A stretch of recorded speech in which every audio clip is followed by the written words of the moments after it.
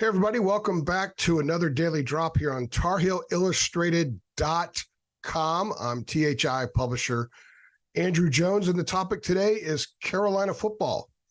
The Tar Heels are a little bit reeling, maybe not real. Maybe reeling's not exactly accurate or fair, but the reality is the Tar Heels have lost 3 out of 5. They've lost 3 out of 4 in league play. One of the 2 wins in the last 5 games was over an FCS team in Campbell. And the one win was double overtime at home against Duke, who had a third-string true freshman quarterback. So the Tar Heels are not playing their best football, haven't been playing their best football. And kind of the vibe I got outside the locker room Saturday down at Clemson and being a few feet away from Mac and then Cedric and Drake post-game talking, they weren't feeling great.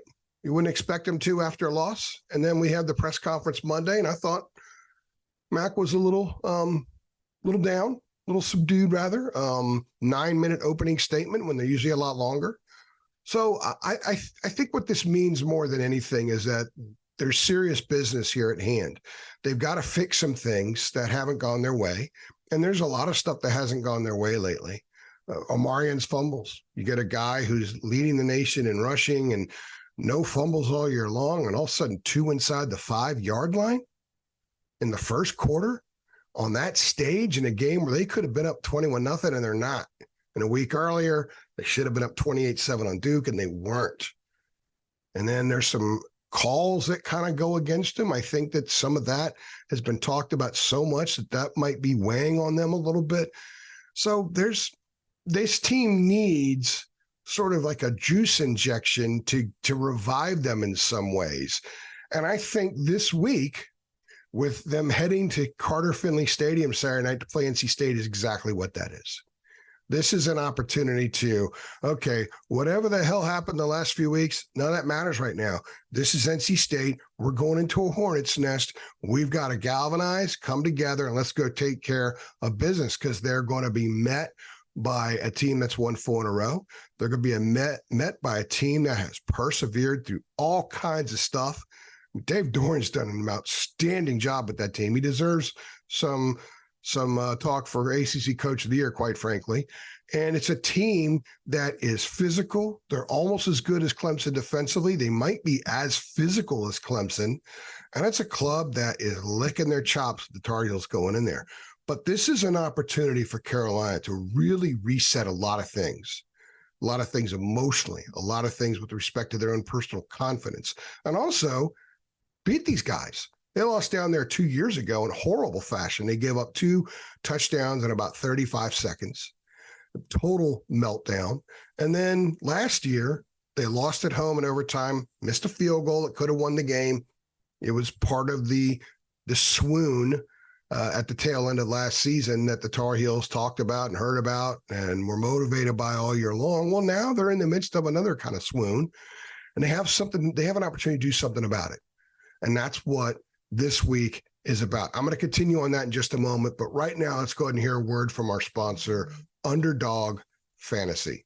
Yes, guys, we are so excited to be partnered with Underdog Fantasy, and we decided to partner with Underdog because it's the easiest place to play fantasy sports, and it's also the fastest growing fantasy app in the industry right now as well. And Underdog Fantasy has so much to offer, including their Pick'em game. And in Pick'em, you pick whether your favorite players will have a higher or lower stat total in this week's game for a chance to win big. It's so easy to play. Just pick 2 to 5 stats of your favorite players and choose whether they'll go higher or lower. And you can 20x your money by going just 5 for 5. They also have a Best Ball Mania. If you think you know football, you need to check this one out. This year's Best Ball Mania has $15 million in total prizes up for grabs, with the winner taking home $3 million.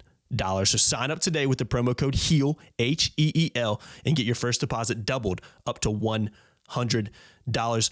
Visit UnderdogFantasy.com or find them in the App Store. And don't forget to register with that promo code HEEL to get your first deposit doubled up to $100. Must be 18 plus and present in a state where Underdog Fantasy operates. Terms do apply. And if you're concerned with your play, call 1-800-522-4700 or visit ncpgambling.org. Back to the show. One of the things I love about this game, and I like it more in Raleigh than I do in Chapel Hill, because of the venom. I love the venom. I love the hate. I think the hate's great. Hate's what makes rivalries happen. If everybody liked and respected each other, there wouldn't be rivalries. I know some of the players know each other, but they could have their best friend in life on the other side of the field. But if that dude's wearing red, then a Tar Heel is going to want to destroy him. If you're an NC State guy and your best friend's wearing Carolina blue, you're going to want to destroy him. And by the way, sidebar for a moment.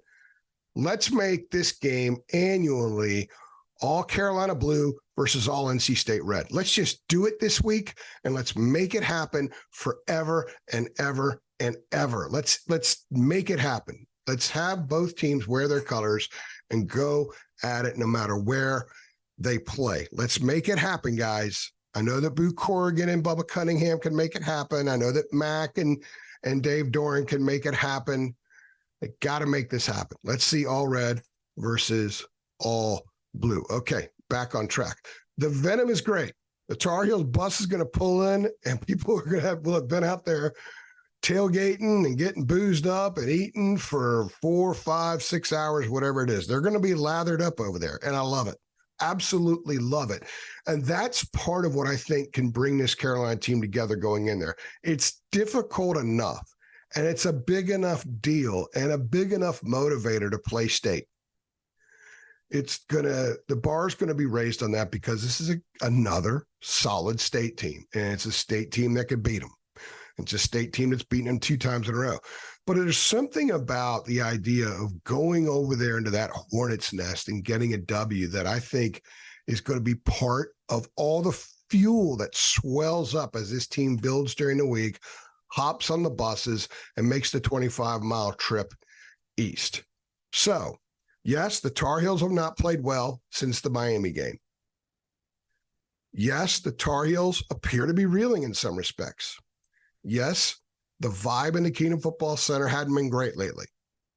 Yes, there are some people who make decent points trying to connect the Georgia Tech game last year to the Virginia game this year. Certainly carries some of the trimmings, but this week is an opportunity for the Tar Heels to just blow that out of the water, blow it to smithereens. If you got chances to score early in the red zone, get touchdowns. Don't fumble. Don't avoid giving the ball to Omarion. Don't end up kicking field goals. Punch touchdowns into the end zone. If they have those opportunities early and they cash in, that's a great sign for the Tar Heels. If they have those opportunities early and they don't cash in, I think the weight of having to overcome themselves, which has been an issue of late, is going to hurt this team. So there's a lot of stuff to get into. Jacob and I are going to have our football show we're going to do. We're going to get into a lot of these things as well. So I could actually talk for an hour right now about this game. I'm so excited about it. I'm so excited to see what kind of Carolina team shows up. I'm really anxious to see what kind of a state team shows up. What do they do with Brennan Armstrong? They've tweaked him some since he went back into the lineup after MJ Morris decided he was going to redshirt. So Carolina only has a couple of games of film that they're really going to study real hard because there's sort of a new Brennan Armstrong here the last couple of weeks. So it's all fun. It's all exciting. I think that if you're going to end a swoon, if you will, and I've used that word 3 times, I think now, so I apologize for that. If you're going to end that, this is the game to do it, because if they played anybody else that could possibly be on their schedule, it wouldn't carry the same importance, emotional investment, deep-rooted importance, deep-rooted investment as this game does. I think one of the things we've seen in recent years is the importance of the NC State North Carolina football game has soared. It's bigger than it was 30 years ago when NC State assistant coach Ted Kane and Carolina assistant coach Donnie Thompson went at it, fought on the field after the game. And by the way, listen to Mac's press conference Monday because he tells a story about that. It's a great story about he didn't know what happened. He's sitting there waiting to do his post-game press conference, and someone came in and told him, by the way, one of your coaches and an NC State coach just got into a fight. You should know about it before you get asked about it. That's good stuff. So it meant a lot then. And there have been some phenomenal finishes in this series over the years, especially in the 2000s. 2004, with the T.A. McClendon fumble or non-fumble, depends on what side, what color you favor, I guess is what your belief is there. You've got the Russell Wilson 1-yard Hail Mary. You've got last year's game, the way that finished. You got the game 2 years ago, the way it finished. There's so many games in this series that have been like that.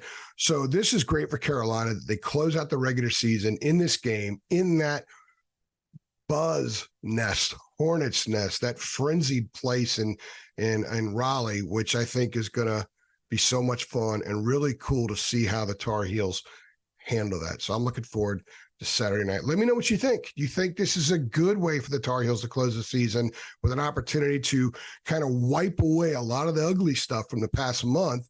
Or are you just really concerned that's going to be more of the same? I'm really curious to know what the fan base thinks about this game and about the fact that I firmly believe that this game can be galvanizing during this week for this Carolina football team, unlike any other game that could be on the schedule. So if they're going to snap out of it, this is the week to do it. And this is a week to do it on Tuesday and Wednesday and Thursday and Friday, which will allow them to do it on Saturday. If you like this video, go ahead and click like, get that thumbs up thing going, the like thing going. Make sure you hit the notification bell so you get updates every time we upload, and make sure you sign up to our site, become a member, and also share the video with all of your Tar Heel friends. Share them with your NC State friends too. See what they think. I'm curious to know what they think about the Tar Heels coming in to Carter Finley Stadium. And remember, guys, for just $8.33 a month, you can be a Tar Heel insider too. And by the way, that was Isabel, who just got into the frame. She's a 2.5-year-old crazy as hell boxer. She likes to destroy stuff. So anything you see in this office, it may not be here next time, because she may end up destroying it. Anyway, if you like Isabel destroying my stuff, go ahead and click like as well on this video. I'm AJ, and I'll see you tomorrow.